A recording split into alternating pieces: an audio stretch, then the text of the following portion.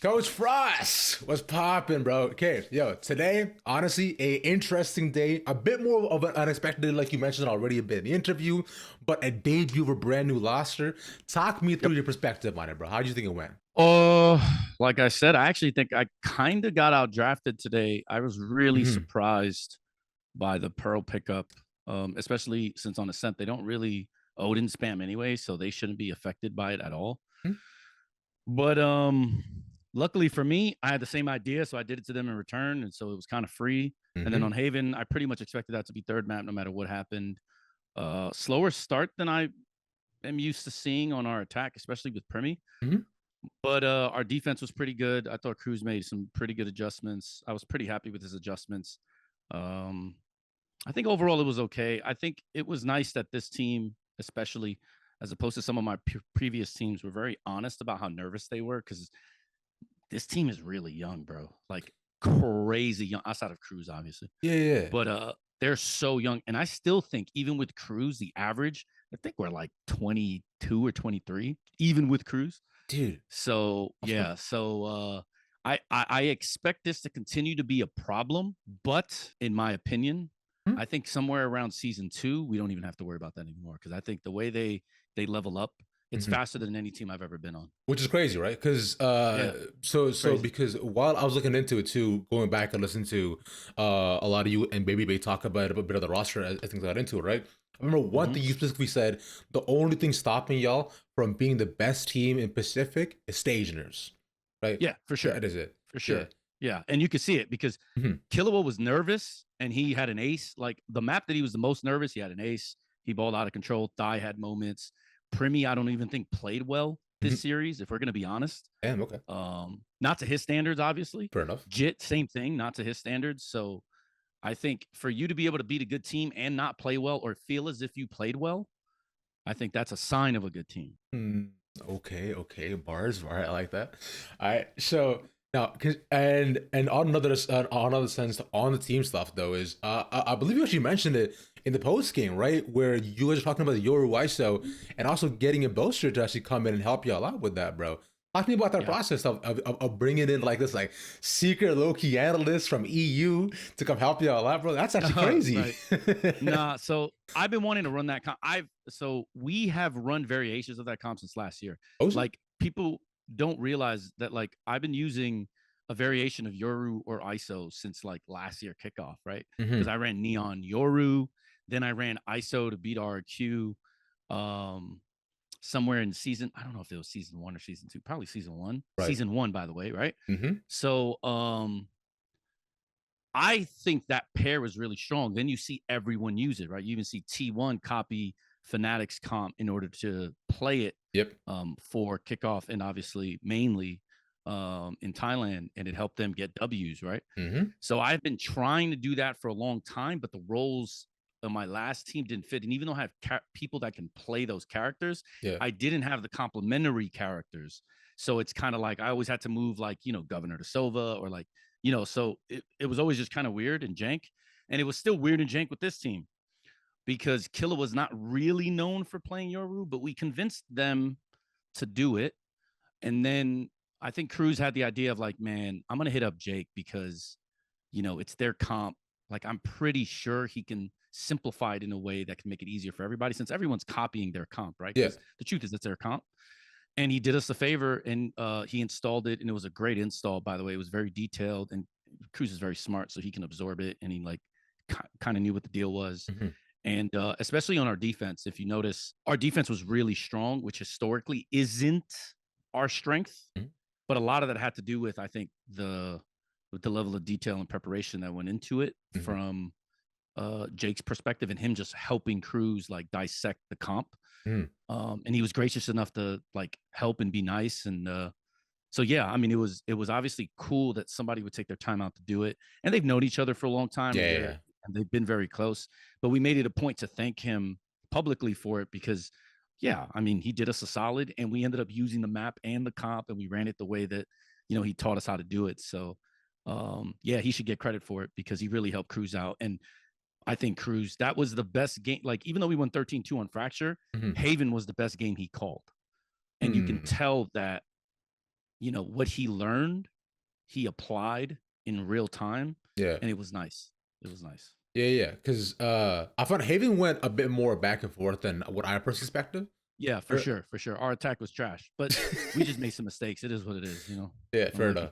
Yeah, because I thought y'all would have came in absolutely steamrolled in person, but it's all good. We Like thought you so too. It's just unlucky, It is what it exactly, is. and that's Some okay. really unlucky rounds. I mean, there's one round where Jit makes a perfect play, Mhm. and Jeremy double dinks him with a stinger, and it's like, what?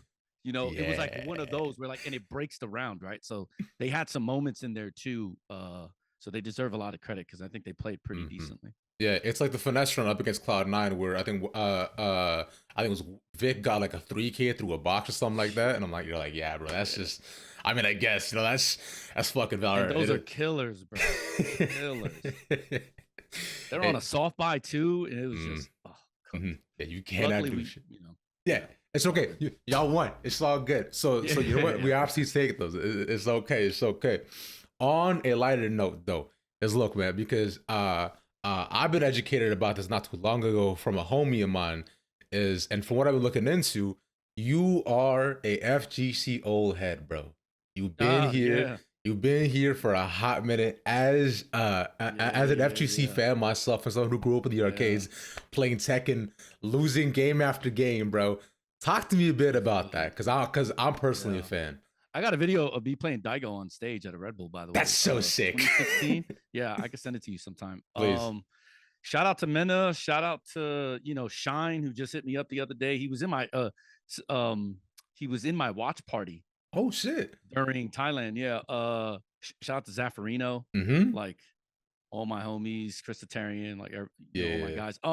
People don't realize the FGC loves Valorant, like Glitch, Bunch, Zaf, Naji, Rubes, I think Rico Suave.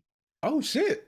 What? That's crazy. Bro, there's so many people from the FGC that love and play Valorant. It's actually crazy, and no one knows this. Like, no one even thinks about this. Flash Metroid, I'm pretty sure, also. Damn. Hella people. Yeah. So there's a lot of them that love Valorant, and so I watch partied, and like a bunch of them were just like showed up and was like, "Yo, what up?" Like, so. Bro, that's so cool. Shit. Cause I mean, look, cause I'm a fan. I do also commentate the game a bunch, right? Between SF and Tekken, so like being able to like get a mix of both worlds, and like just like also see like the intermingling of cultures, to see like it always feels so weird going from like an FGC scene or like a LAN there and then coming back to Valorant and being like, damn, we actually are so different here, bro. It's no. Trust me. That's why I've had a hard time. I mean, I had a hard time in CS because of that too, because I think there are more people like me in the FGC than there are obviously anywhere else. Like even when I played Dota professionally, everybody thought I was African American because of my voice and like the way I spoke, right? And I used to get that a lot. And then I go to CS, and again, no genres like us. So even the interpersonal stuff, right? Like even the way we communicate with each other, even the way we yell at each other, like even the way we like beef is like so different. So it's just kind of funny. So yeah, I still got like a sore thumb here because of that, but it is what it is. Hey, fair enough, brother. Hey, I get it, bro. I understand. Final question that I had though is like your quick thoughts, because I know you're pretty outspoken about this. Is about is on Valorant becoming as you call it, a arcade shooter, right? Because I think Save talked about it, Dirk talked about it, bro. It is becoming Overwatch low key, Yeah. I think this is I mean, I don't necessarily know if it's a problem, because it could be just a design tactic, right? Like it could be like, this is what separates Valorant and makes it different. I just think that the way they marketed it early is certainly not the direction that they went now. I also think that bans would definitely help, because it will create more variance. Although I will say that the game is pretty balanced in a sense, to where this reminds me of, man, I don't remember what TI was it. Was it TI 7? I couldn't tell you. Fuck, when Wings won. Okay, so there's a TI. Oh my god, I forgot. Anyways, there's a TI where like 120 characters or like 117 characters were either picked or banned. Like every single agent, character. Mhm. And I always thought that was like pretty much a monumental feat that like I'm not sure will ever be replicated. Yeah. But I kind of feel like if Valorant had bans, you would see the same thing here, because I feel like it's so balanced that like you can almost, maybe outside of Harbor, Right. you can almost see a scenario where you're playing everyone. Mhm. And I think that that's kind of a good state. I think the issue is it's hard to shoot and it's hard to communicate when you literally can't see. I mean, you've seen the clips of like people Mhm. for 10 seconds can't play the game. Mhm. And I think it is really hard right now because most of the map designs seem to be very attack sided rather than CT sided. Mhm. And then all the util makes it to where you can't really play defense. Mhm. So even if you have good fundamentals, it doesn't matter because you literally can't play on the fucking bomb side anyway. So you just Mhm. have to play retakes and post plants. Yes, So sir. it's just kind of it's again, I don't know if this is what they want. However, because of how it was marketed, it makes me and many others feel as if it is impossible to legitimately call it a tactical shooter. Yeah. It feels more like an arcade shooter. And I don't mean that to be disrespectful. Right. I'm just being as honest as I can about it. Yeah. And I think people have been outspoken about it a lot too. Like as we have, our Lord and Savior Ten saying it. So I Yeah. think they might as well do something. I'm sure they will eventually. But Yeah. Yo, he's been nonetheless, crashing out a lot, by the way. yeah, yes. If you watch his watch party, bro, because like there are some moments where in his watch party, he is pissed. I actually like to see that side, not the, I mean, everyone is like soft spoken and like Mhm. well mannered and stuff, but it's cool to get to see the real personality come out. So Yeah, yeah, exactly. That's the FGC in us, bro. We just want to be real, man. That's all it is to it, brother. it is. Yeah, I got you. sure. But honestly, I am way over my time, and I do appreciate yours, man. Anytime, bro. GG's to y'all, bro. Yo, love Yes, seeing sir. y'all up there, man. Can't wait for more, bro. You Respect. take care, brother. Peace.